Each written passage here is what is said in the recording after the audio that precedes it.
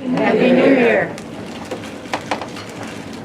This is a great day, greatest day ever. Now, in this case, it may be one of them, that's for sure. As a planetary numerologist, I don't do a lot of planetary numerology ahead of time. I just do it a few days ahead. When I did this day, it really got my attention, because this is the most powerful day I've ever analyzed.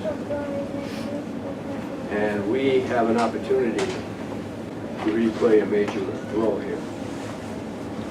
Some of you don't know, but Abraham Lincoln and Thomas Jefferson chose this day for their marriage, January 1.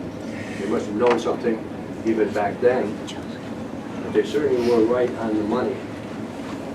January 1 is, in every year, the first and most powerful day of the year, representing both the mastery of our environment and ourself.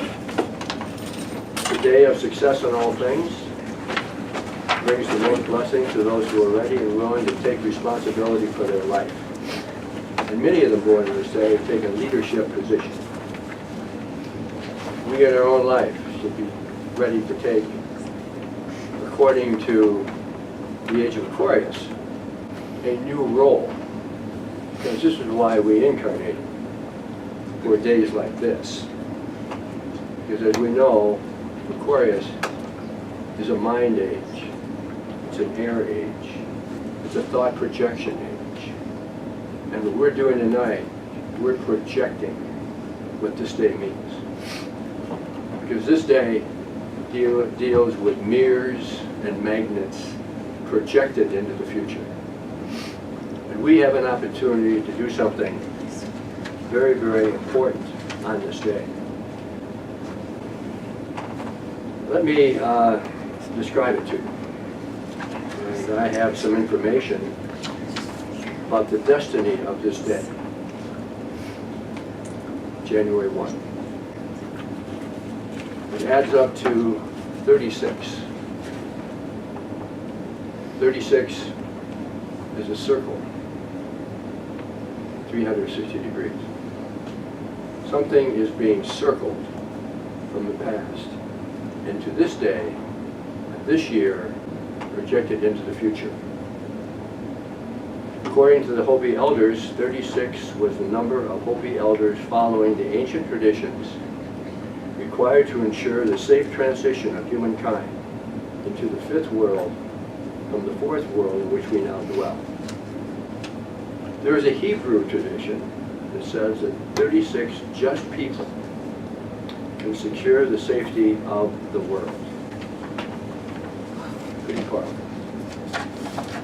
And this energy that we know today is what we are here to be. Here's one from that magical 666. By the way, it's all positive. Don't believe that stuff about 666 being negative. 6 is the number of taking responsibility. So this day we're taking responsibility for our physical life, our mental and emotional, our mental life, and our emotional life. That's what 666 means, taking responsibility for it. This is another definition of what this day means and what it represents. Now, Jewish tradition holds that the number 36 has had special significance at the beginning of time. The light created by God on the first day of creation shone for exactly 36 hours. It was replaced by the light of the sun that was created on the fourth day. The Torah commands 36 times to love, respect, and protect each other. In the modern celebration of Hanukkah, 36 candles are kindled in the menorah over the 8 days of that holiday. Now, what are we bringing back? What are we bringing here? Actually, it's the number of Christ consciousness. We have 1 year, a 365-day window. We know we're supposed to become Christ conscious, but But this is a push for us to attain Christ consciousness. What do? What is Christ consciousness? The conference is going to be focusing on it. We even have a title of a conference based on Christ consciousness already. Because our responsibility, when you get advanced information, I know Carl Nortron and many people have advanced information that is their responsibility to share. It's basically the symbol of the round table, by the way. That's why they have a round table. From time to time, the disciple or the knight stood up and gave their truth. And this is what we're here to do. If we have a truth to give, we basically have to give it. What is Christ consciousness? First of all, we got to master the physical, the mental, and emotional. That's very, very selfish. We have to master it. We have to master our desires. We have to master ourselves and become that master of all basic realms. Next, Christ consciousness is about everyone on the spiritual level. On the spiritual level, it's about everyone except us. That's key here. Humility, love, and service is Christ consciousness. Because we came to create something very, very powerful here. And when that power is felt, we project it outward. And as a result of that, we are in this position tonight to plant some very important seeds. Farmers, some of our past life we were farmers. We never knew we were going to plant light seeds in this great age. Now keep in mind, this is a sequence. The energy of the Mayan calendar, which started 1221, was dealing with the light of the world. You are the light of the world. And you are here to create that light. We talked about the world sun, the symbol of Jesus, with two S's in their names. S is the letter of the sun. The outer sun, which is symbolized by the tongue, we are projecting outward on this third dimension. Positivity, love, light, peace, all the wonderful things. That's the one S that Jesus and Moses had. The other one was the inner sun. And that's the power of the sun. That's going into prayer. To project everything we want on this planet. Remember, it's about everyone except us. Therefore, we can say, the homeless find homes, hungry find food, sick and injured are healed. Earth peace, earth unity, earth sharing, earth prosperity. To pray to the politicians, to realize that all nations are their brothers and sisters and they shall not hurt them. And that all children are their children. To pray for them to empower women in their country. To give them equal power to men. You see, most countries are not like the United States. My travels I found that out.